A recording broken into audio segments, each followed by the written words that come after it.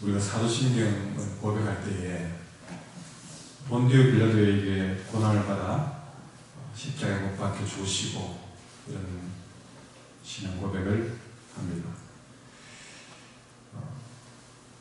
이 빌라도는 당시 로마에서 파송한 총독으로서 그 당시 사람들이 예수님을 잡아와서 고소를 할 때에 그 모든 유대인들 앞에서 예수님의 죄를 찾지 못하겠나라고 세 번이나 말을 했던 사람입니다.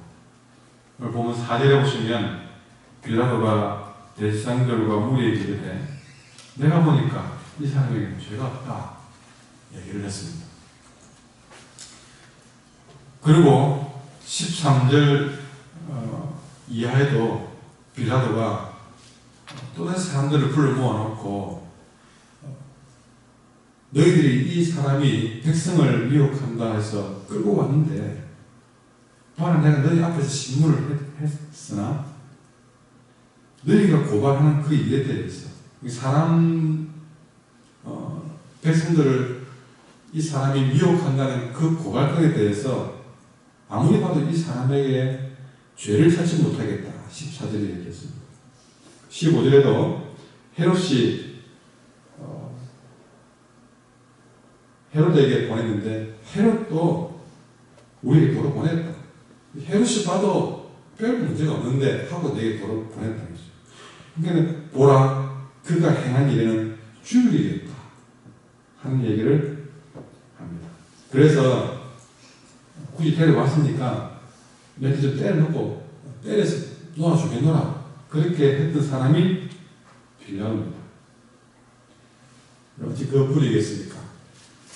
현재 터키의 성 가운데 소피아 사원이라고 있는 곳이 있는데 거기에 예수님의 체포와 신문 및 처형에 관한 가이사에게 보낸 빌라도의 보고서.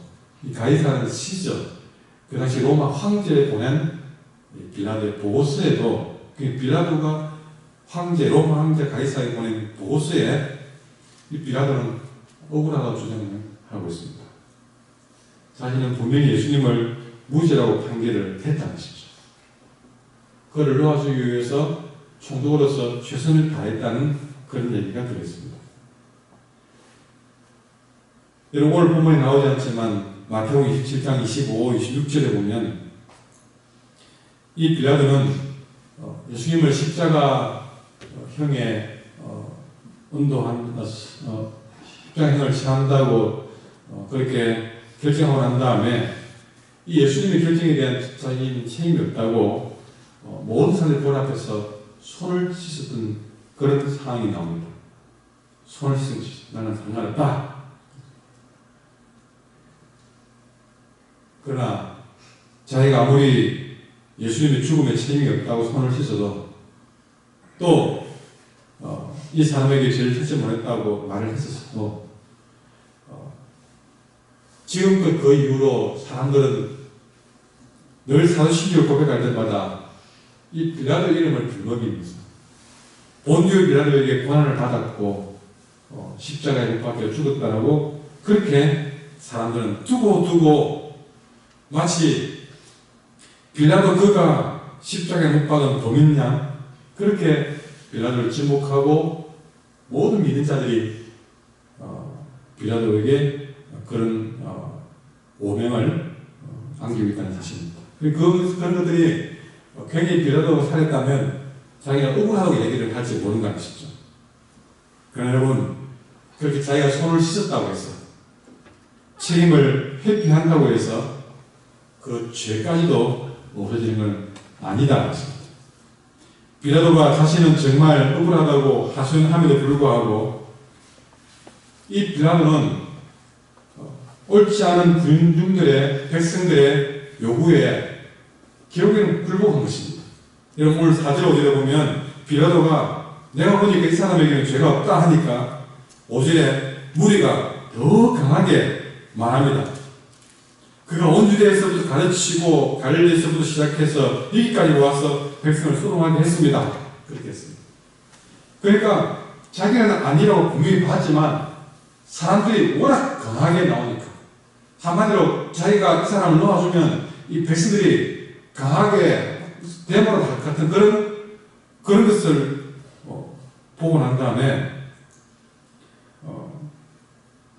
그들이 잘못하면 황제에게 나의 일을 고발하거나 소문을 일으키거나 이런 것들이 그 마음에 두려운 마음이 생긴 것이죠.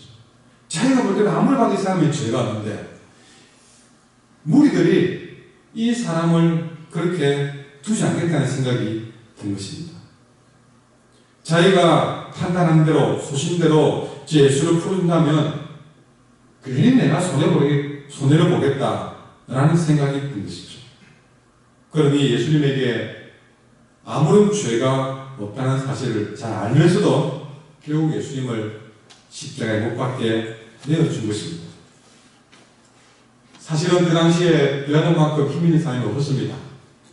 총독이라는 막강한 권력으로 그는 충분히 예수님을 풀어주고도 남는 그런 권력을 가지고 있음에도 불구하고 또 예수님을 내어주기 직전에 그의 아내가 달려왔어요. 여보 정말 불길하다. 절대 저 사람을 잘못되게 하지 마라.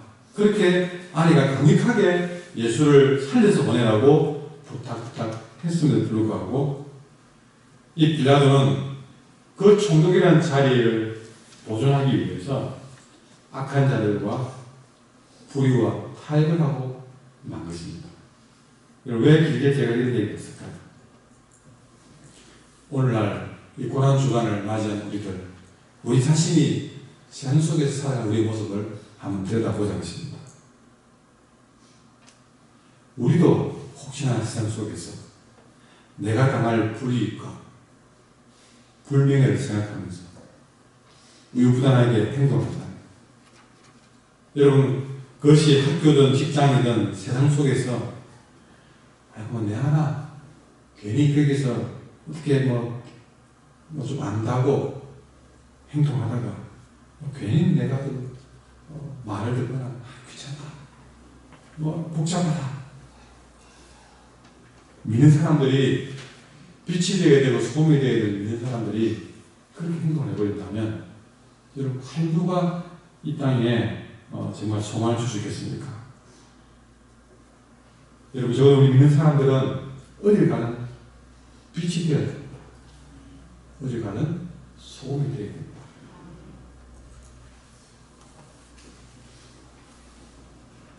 우리가 그런 세상 속에서 내 자신의 이익만 생각을 한다면 결국 예수를 십자가에 못 박았던 빌라도와 다를 게 없다는 사실입니다. 그리고 한 걸음 더 나가서 우리 신앙에도 마찬가지입니다. 예수를 믿는다고 하면서 늘 자기 처지와 형편을 따라서 세상과 타협하면서 사는 성도들이 의외로 많이 있습니다. 살아가면서 이렇게 해야 된다 하는 것을 알고 있음에도 불구하고 또 이렇게 해서는 안 된다 하는 것을 잘 알고 있음에도 불구하고 여러분 우리가 그 상황에서 분명하게 선을 긋지 못하고 분명하게 예, 아니요를 말하지 못하는 경우가 있더라는 것입니다.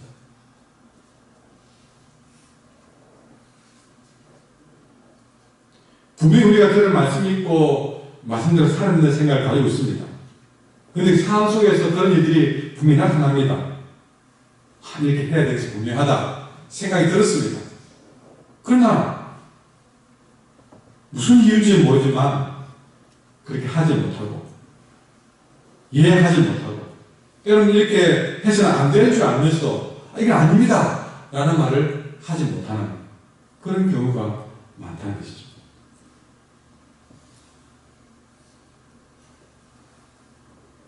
예전에 교회를 다녔다가 지금은 쉬고 있는 사람들도 있습니다.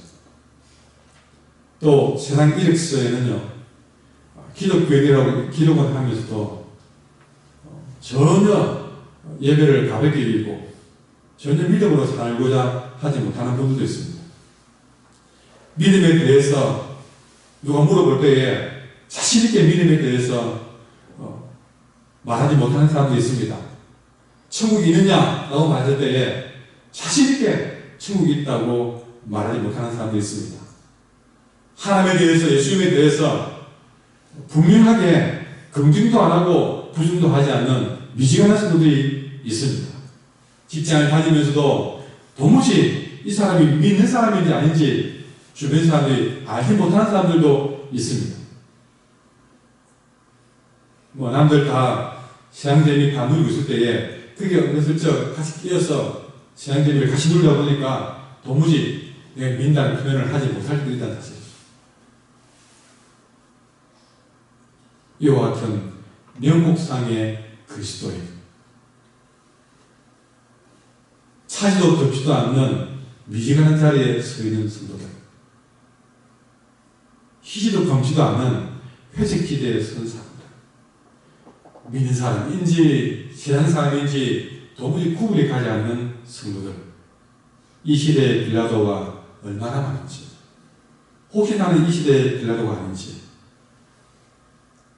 이 시대에 정말 누가 봐도 나는 예수 믿는 자로서 선명한 삶을 살고 있는지 한번 돌아보게 됩니다. 믿음에 있어서는 중립지대가 존재할 수가 없습니다.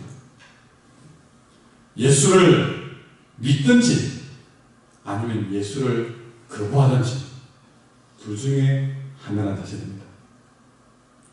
여러분, 여호수아서에 보면요, 가나안 정복 시대에도 이런 말씀이 있습니다. 여호수아가 백성들을 불러놓고 말했습니다. 백성들에게 말하기를, 그러므로 이제는 여호와를 경외하며 온전함과 진실함으로 그를 섬기라. 너희의 조상들이 강 저쪽과 애굽에서 섬기는 신들을 다 치워버리고 이제부터 여호와만 섬기라. 만일 여호와를 섬기는 것이 너희에게 좋지 않게 보이거든 너희 조상들이 강 저쪽에서 섬기는 신들이든지 또는 너희가 거주하는 땅에 있는 아무리 족속의 신들이든지 너희가 섬길 자를 오늘 택하라. 그러니까 희든지 꺾든지 하라는 것이죠. 차든지 겹든지 하라는 것입니다. 오직 나와 내 집은 여호와를 섬기겠다. 지금까지 믿지 못해서 이 시대에 빌라도로 살아왔다면 저도 오늘 여호수아처럼 여러분에게 부탁합니다. 이제는 여호와를 진심으로 경외하며 온전한 마음으로 그를 섬기라. 진실한 마음으로 주를 섬기라. 지금까지 섬겼던 세상의 그 모든 신들을 치워버리고 여호와만 제대로 섬겨보자. 만일 여러분의 생각이 하나님을 믿고 사는 것이 그렇게 좋지 않게 보이거든, 그렇게 자신이 없거든, 차라리 절을 찾든지 차라리 돈을 숨기든지 여러분의 숨길 자를 분명히 하라. 오직 나와 내 집은 여호와를 제대로 숨기겠다. 이런 말씀을 듣고도 또 세상에 나가서 한순간이라도 이게 내게 유리한가 불리한가, 이게 내게 이익이 될 건가 손해가 될 건가, 여러분 계산하지 마십시오. 오늘 우리는 이기주의와 기회주의로 이름만의 그리스도로서 회색지대에 살아가고 있는 그런 신앙의 모습들을 과감히 회개하고 내려놓고 다시 한번 말씀을 붙들고 한 걸음씩 한 걸음씩 믿음의 사람으로 서가야 될 줄 믿습니다. 여러분, 우리가 세상에 나가서 전도하는 것도 중요하겠지만 먼저 내 안의 신앙부터 분명히 세워져야 될 것입니다. 이 고난주간이 나의 인생을 새롭게 리모델링하고 새롭게 다잡는 그런 기회가 되기를 주님의 이름으로 간절히 기원합니다. 기도하겠습니다.